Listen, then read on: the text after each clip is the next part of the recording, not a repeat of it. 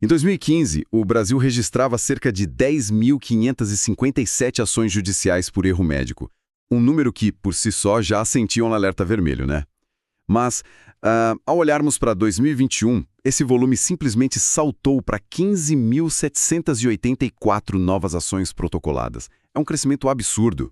E o risco financeiro envolvido nos bastidores dessas estatísticas, meu caro, é gigantesco. Não estamos falando de pequenos reembolsos. São indenizações que, dependendo do caso, chegam a bater a marca de 691 salários mínimos. Sem contar aquelas pensões vitalícias que podem, asfixiar o caixa de qualquer instituição da noite para o dia. Então, para quem é médico, dono de clínica ou gestor de hospital que nos escuta hoje, fica a grande provocação. Cuidado! Quando uma complicação acontece, quem é que realmente paga essa conta? É o médico? É a clínica? Ou os dois juntos? Pois é. O que torna essa nossa imersão de hoje tão fundamental é que o STJ decidiu regras muito rígidas sobre a responsabilidade civil e penal nesse ecossistema. O nosso objetivo aqui não é apontar dedos.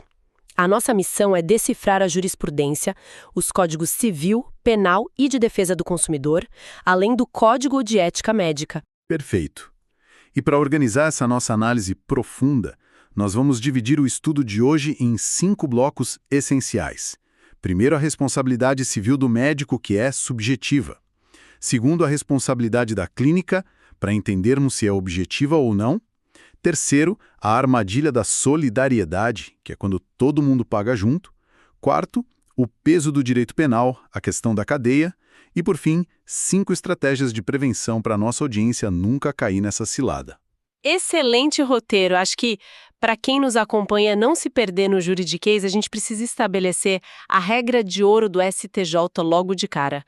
Como a justiça enxerga a obrigação do profissional quando ele veste o jaleco? Então, a regra geral é que a responsabilidade do médico é estritamente subjetiva.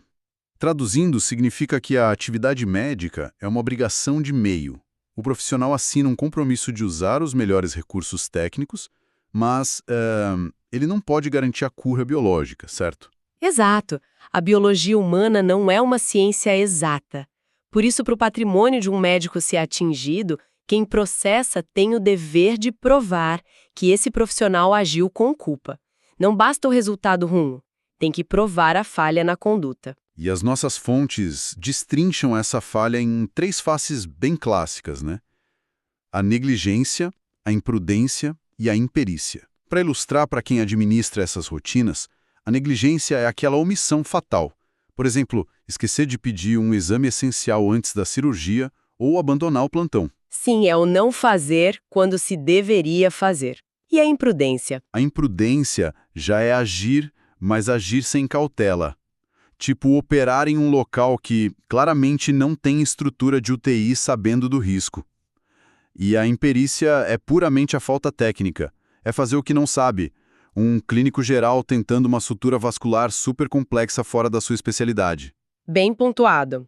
Sem a prova de uma dessas 3 coisas, a conduta técnica do médico está protegida pela obrigação de meio. Mas, aí que tá, a jurisprudência adora uma exceção. E na cirurgia plástica puramente estética, a regra vira de ponta cabeça. Nossa, essa é a grande virada de chave para as clínicas de estética que nos ouvem. Com certeza. Na cirurgia com fim exclusivo de embelezamento, o paciente entra saudável, buscando um resultado prometido. Então, o STJ entende que isso é uma obrigação de resultado.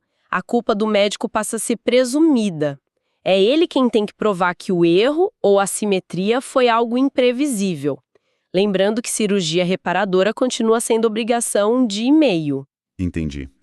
Mas veja bem, o paciente sofre a complicação e, geralmente, ele não vai processar só o médico. Ele vai olhar para a logomarca gigante na fachada do prédio. Como é que fica a responsabilidade da clínica perante o Código de Defesa do Consumidor nessa história toda? Esse é o ponto que mais dá dor de cabeça para gestor hospitalar. A responsabilidade da pessoa jurídica é objetiva. Ou seja, a clínica pode ser condenada sem que o paciente prove culpa. Mas, e tem um grande mas aí, isso só vale para falhas nos serviços próprios da clínica. a chamada hotelaria. Tá, então estamos falando de um quarto mal higienizado, um equipamento que quebra no meio da cirurgia ou uma falha da equipe de enfermagem contratada pelo hospital. Exatamente. Se a infecção veio da central de esterilização do hospital, a pessoa jurídica paga. Não se discute culpa do médico nesse caso. O dano foi da instalação. Certo. Então, na teoria, se o médico erra a mão no bisturi, mas toda a estrutura da clínica funcionou perfeitamente, o hospital estaria isento, certo? Na teoria pura, sim. Mas na prática diária dos tribunais, nós esbarramos no que as nossas fontes chamam de armadilha da solidariedade, que é disparado o pior cenário para as contas de um hospital. Eu estava lendo a jurisprudência que trouxemos, o RESP 1.145.728 de Minas Gerais, da 4ª turma do STJ. E é assustador. O STJ diz que se o médico tem qualquer vínculo com o hospital e a culpa desse médico for provada, nasce a responsabilidade solidária. Ambos pagam a conta. Isso. E o conceito de qualquer vínculo é muito mais amplo do que a CLT, minha amiga. Digo, meu caro colega, desculpe. Não é só um médico empregado. Se ele for cooperado, se fizer parte do corpo clínico fixo, ou mesmo se for apenas credenciado pela operadora para usar aquele espaço, a solidariedade acontece. Eles pagam a condenação meio a meio e os valores são de 6 dígitos para cima. Pois é, e os danos se acumulam, né? Tem o dano material, como lucros cessantes. Li que no caso de óbito de recém-nascidos, o STJ fixa a pensão a partir dos 14 anos até a expectativa de vida. Tem o dano moral e o dano estético. E o juiz soma tudo. Tudo somado. A conta fica estratosférica. A única forma do hospital se livrar dessa armadilha de pagar pelo erro técnico do médico é se o profissional for estritamente autônomo. Aquele cenário onde o médico apenas aluga o centro cirúrgico para operar um paciente particular dele. Então sem vínculo nenhum, é um mero contrato de locação de espaço físico. Exato. Se for puramente locação e o hospital provar que a hotelaria foi impecável, aí sim a pessoa jurídica é isentada. Mas os contratos precisam ser cristalinos para provar isso. Bom, a gente falou bastante do bolso, da parte civil e do prejuízo financeiro. Mas existe um nível de tensão ainda maior nessa nossa imersão, que é quando a gente sai do Código Civil e entra no Código Penal. Quando o erro vira caso de polícia. É uma mudança de tom pesada. E a primeira coisa que precisamos esclarecer para quem nos escuta é que 99% dos casos penais na medicina são julgados como crimes culposos, ou seja, sem a intenção de matar ou ferir. Ninguém entra no centro cirúrgico querendo o mal do paciente. Mas como pontuamos antes, a negligência ou a imprudência extrema ainda rendem condenações graves. Os 3 crimes mais comuns que mapeamos aqui começam pelo homicídio culposo, no artigo 121, parágrafo 3º, que dá de 1 a 3 anos de detenção. Sim, e logo em seguida temos a lesão corporal culposa, no artigo 129, que gera penas de 2 meses a 1 ano, e a omissão de socorro, do artigo 135, com penas de 1 a 6 meses. Agora, a pergunta de $1 milhão que todo dono de clínica se faz quando chega a intimação criminal. A clínica vai presa? A pessoa jurídica senta no banco dos réus, na vara criminal? De jeito nenhum. O grande alívio, e ao mesmo tempo o grande alerta, é que no Brasil pessoa jurídica não comete crime, a não ser em casos muito específicos de crimes ambientais. Então a clínica não vai presa, só o CPF responde criminalmente. Então era um médico que assume o risco penal sozinho? O médico ou gestor de saúde, pessoa física. Se o diretor do hospital deu uma ordem administrativa para economizar na esterilização e isso causou mortes, o CPF desse diretor vai responder criminalmente. E a punição vai muito além da cadeia. Envolve ali inabilitação profissional. Perder o registro, perder a capacidade de exercer a medicina. Mas olha só que curiosidade fascinante que os materiais de hoje trouxeram. A tal da independência das instâncias. Nossa, essa é uma armadilha clássica. Sim, é perfeitamente possível que um cirurgião seja absolvido no processo criminal por falta de provas, afinal o direito penal exige uma certeza absoluta para prender alguém, e o cara sai comemorando. Mas a comemoração dura pouco, porque ele pode pegar essa absolvição criminal, virar a esquina, ir para a vara civil e ser condenado a pagar uma fortuna, porque no CIVIL o foco é reparar o dano do paciente. Exatamente, a régua é diferente. E diante dessa avalanche que pode vir de todos os lados, a gente entra no nosso quarto bloco de análise, o campo de batalha. Quais são as armas secretas e as defesas que uma clínica tem quando o juiz bate o martelo? A regra do jogo nos tribunais parte da inversão do ônus da prova. O juiz entende que o paciente é leigo, ele estava anestesiado, ele é hipossuficiente na relação. Então, quem tem que provar que fez tudo certo é o hospital e o médico. Não é o paciente que prova o erro. É a teoria do res ipsa loquitur. A coisa fala por si. Se esqueceram uma tesoura no abdômen do paciente, não precisa de muita discussão, né? Mas como o médico prova que fez o certo em casos complexos? É aí que entra a rainha das provas. O prontuário médico. E não dá para subestimar isso. Um prontuário completo, sem rasuras, com anotações de horários e sinais vitais precisos, é o que separa a absolvição da falência. O que não está no prontuário para o juiz simplesmente não existiu. E de mãos dadas com o prontuário, vem o famoso TCLE, o Termo de Consentimento Livre e Esclarecido. Pelo que analisamos, ter isso assinado reduz em até 70% os processos. É o escudo absoluto. E não é só burocracia, é ética médica. O direito à informação.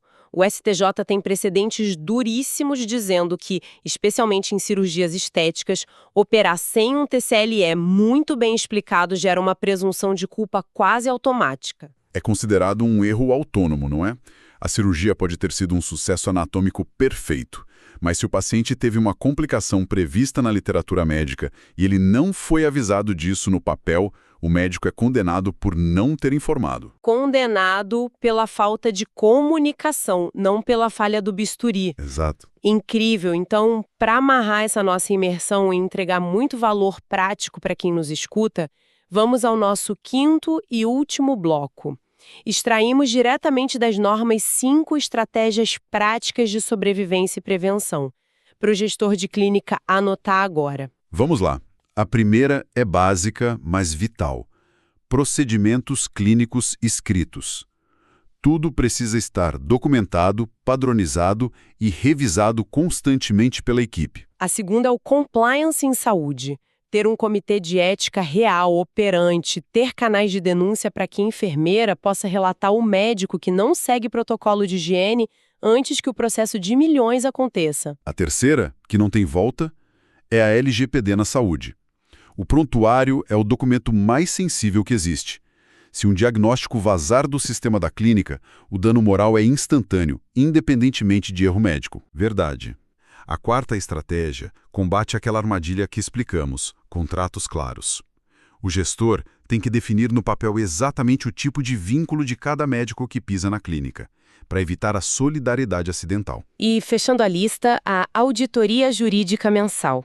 Fazer uma gestão de risco constante, analisando prontuários aleatórios todo mês para ver se a equipe está preenchendo o termo de consentimento direito. Fazendo um resumo brutal de toda essa nossa análise profunda, médico responde pela culpa de forma subjetiva, a clínica responde pela falha na própria estrutura de forma objetiva. O vínculo gera solidariedade e os dois pagam. O prontuário e o TCLE são as únicas defesas reais. E no crime, só o CPF de quem errou vai responder. Uma síntese perfeita das regras do jogo. E quando a gente olha para esse cenário, fica claro que a medicina moderna se tornou muito mais do que apenas a ciência da anatomia e dos bisturis. Administrar saúde hoje é uma ciência de processos, é documentação impecável e uma comunicação cristalina. Sem dúvida. E eu deixo uma reflexão provocativa final para quem está nos ouvindo hoje. Se a simples falta de uma assinatura em um pedaço de papel, detalhando os riscos estatísticos, pode condenar um médico após uma cirurgia tecnicamente impecável, será que não estamos entrando em uma era onde o direito julga muito mais a nossa capacidade de nos comunicarmos do que a nossa capacidade de curarmos? É uma pulga atrás da orelha gigantesca para levar para as reuniões de diretoria. Agradecemos demais a companhia de todos nessa imersão profunda. Continuem questionando o mundo ao redor e estruturando suas defesas. Até a nossa próxima análise.